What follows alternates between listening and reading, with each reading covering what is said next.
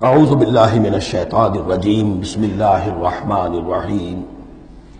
ولا تطرد الذین یدعون ربهم بالغداة والعشی یریدون وجہہ، اور مت دھتکاریے آپ ان لوگوں کو کہ جو پکارتے ہیں اپنے رب کو صبح و شام اور وہ اس کی چہرے کے طالب ہیں، اس کی رضا کے جویا ہیں۔ یہ اصل میں اشارہ ہو رہا ہے کہ تمام رسولوں کے ساتھ یہ معاملہ ہوا، خاص طور پر حضرت نوح کے ساتھ بھی، کہ جو بڑے بڑے سرداران ہوتے تھے قوم کے، وہ کہتے تھے کہ اے نوح، ہم تو تمہارے پاس آنا چاہتے ہیں، سمجھنا چاہتے ہیں بات کیا ہے، لیکن ہم دیکھتے ہیں جب بھی آئے تمہارے پاس، تمہاری محفل میں بیٹھے ہوتے ہیں ہمارے کمی کاری ملازم گھٹیا لوگ، اب ہماری شایع نشان نہیں کہ ہم ان کے ساتھ بیٹھے۔ یہی بات حضور سے کہتے تھے کہ ہم آتے ہیں آپ کے پاس بات سمجھنے کے لیے، یہ آپ کے گرد جمگٹا لگا رہتا ہے، یہ ہمارے غلام لوگ ہیں، یہ ہمارے جو ہے معاشرے کے پست طبقات ہیں، یہ آپ کے آس پاس ہوتے ہیں، تو پھر ہمارے شایع نشان یہ نہیں ہے کہ ہم ان کی موجودگی میں آپ سے بات کریں۔ اس پر جواب دیا جا رہا ہے، اے نبی آپ ان کی باتوں سے کوئی اثر نہ لیں، آپ خام خواہ اپنے ان ساتھیوں کو، چاہے وہ غریب ہیں چاہے وہ پست طبقات سے ہیں، لیکن ان کی شان یہ ہے کہ وہ صبح و شام اللہ کو پکارتے ہیں، اللہ سے دعا کرتے ہیں، مناجات کرتے ہیں، تسبیح و تحمید کرتے ہیں، اور وہ اس کے چہرے، اس کے روح انور کے طالب ہیں، وہ اس کی رضا چاہتے ہیں، اس کی خوشی چاہتے ہیں۔ انہوں نے اپنی زندگی جو ہے من یشری نفسہ ابتغاء مرضات اللہ،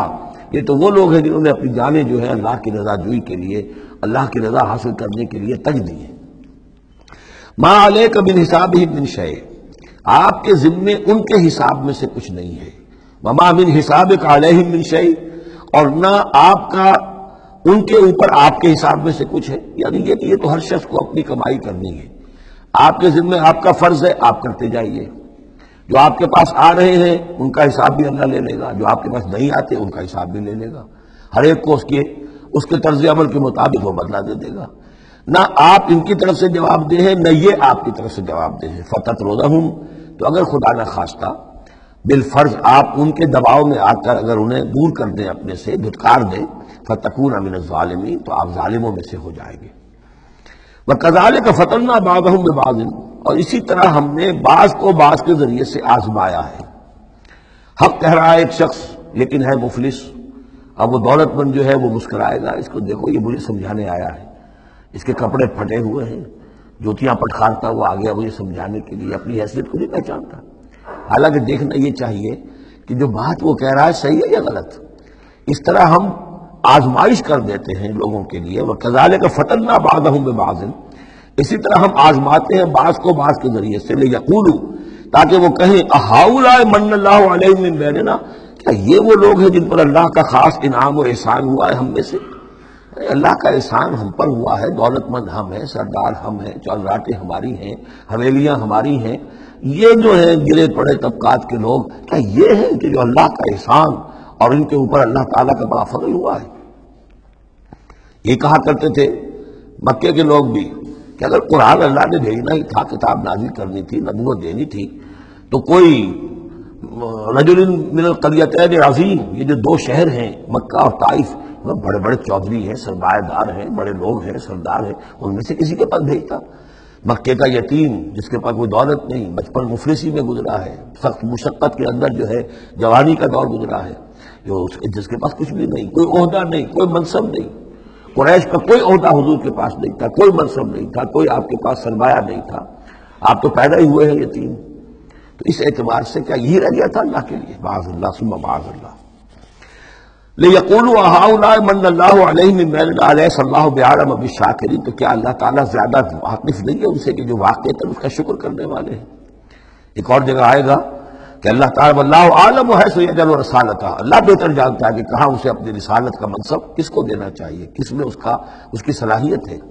جیسے طالوت کے بارے میں لوگوں نے کہہ دیا تھا کہ اس کے لیے کیسے ہو سکتی ہے سرداری، جبکہ ہمارے پاس دولت ہے، اس کے پاس دولت نہیں، لم یؤت سعۃ من المال، تو کہا گیا تھا اسے جسم اور علم کے اندر اللہ نے بسطہ یعنی کشادگی عطا فرمائی ہے۔ وَإِذَا جَاءَكَ الَّذِينَ يُؤْمِنُونَ بِآيَاتِنَا، اور اے نبی اس کے برعکس یہ لوگ جو چاہتے ہیں کہ آپ دھتکار دیں ان کو، اس کے برعکس آپ کی روش کیا ہونی چاہیے ان غرباء اور فقراء کے لیے؟ وَإِذَا جَاءَكَ الَّذِينَ يُؤْمِنُونَ بِآيَاتِنَا، جب آپ کے پاس آئیں وہ لوگ جو ہماری آیات پر ایمان رکھتے ہیں، فَقُلْ سَلَامٌ عَلَيْكُمْ، تو آپ ان کو سلام کہا کیجئے اور انہیں خوشخبری دیا کیجئے، کتب ربکم علی نفسہ الرحمہ، تمہارے رب نے اپنے اوپر رحمت کو لازم کر لیا ہے، اور تمہارے لیے خاص رحمت کا مظہر کیا ہے؟ انہ من عمل منکم سوءا بجہالۃ، کہ تم میں سے کوئی بھی اگر کسی وقت کوئی برے کام کا ارتکاب کر بیٹھے، جذبات میں آ کر، ناواقفیت سے، جہالت میں، ثم تاب من بعدہ، پھر اگر وہ فوراً توبہ کر لے گا، وہ اصلح اور اصلاح کر لے گا، فانہ غفور الرحیم، تو اللہ تعالیٰ غفور الرحیم ہے۔ یہ تمہارے لیے مزید خوشخبری ہے، تہنیت اللہ کی طرف سے، قل سلام علیکم کتب ربکم علی نفسہ الرحمہ انہ من عمل منکم سوءا بجہالۃ ثم تاب من بعدہ واصلح فانہ غفور الرحیم۔ وکذالک نفصل الآیات، آگے محذوف ہے لفظ لیتفکروا بہا وَلِتَسْتَبِينَ سَبِيلُ الْمُجْرِمِينَ، اسی طرح ہم اپنی آیات کی تفسیر بیان کرتے ہیں تاکہ یہ لوگ ان پر غور کریں، تفکر کریں، اور جب غور کریں گے، تفکر کریں گے، تو مجرموں کا راستہ ان کے سامنے کھل کر آ جائے گا کہ جس راستے پر ہم جا رہے ہیں وہ واقعتاً مجرموں کا راستہ ہے۔ صدق اللہ العظیم۔